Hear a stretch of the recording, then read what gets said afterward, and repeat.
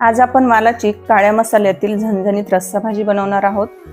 Gas चालू केला, कढईमध्ये 2 पळ्या तेल घातलं आणि वालाची शेंग निसलेली धुवून स्वच्छ केलेली घातली। थोडंसं मीठ घातलं 1 चमचा।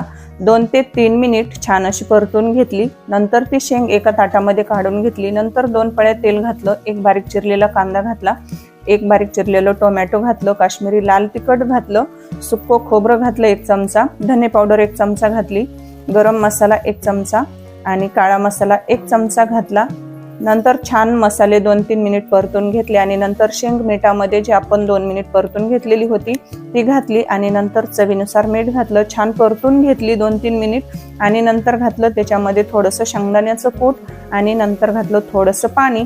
नंतर 4 ते 5 मिनिट छान अशी शिजवून घेतली। इथं चमचमीत आणि झणझणीत अशी वालाच्या शेंगाची रस्सा भाजी तयार आहे। रेसिपी आवडली असेल प्लीज लाईक करा, शेअर करा आणि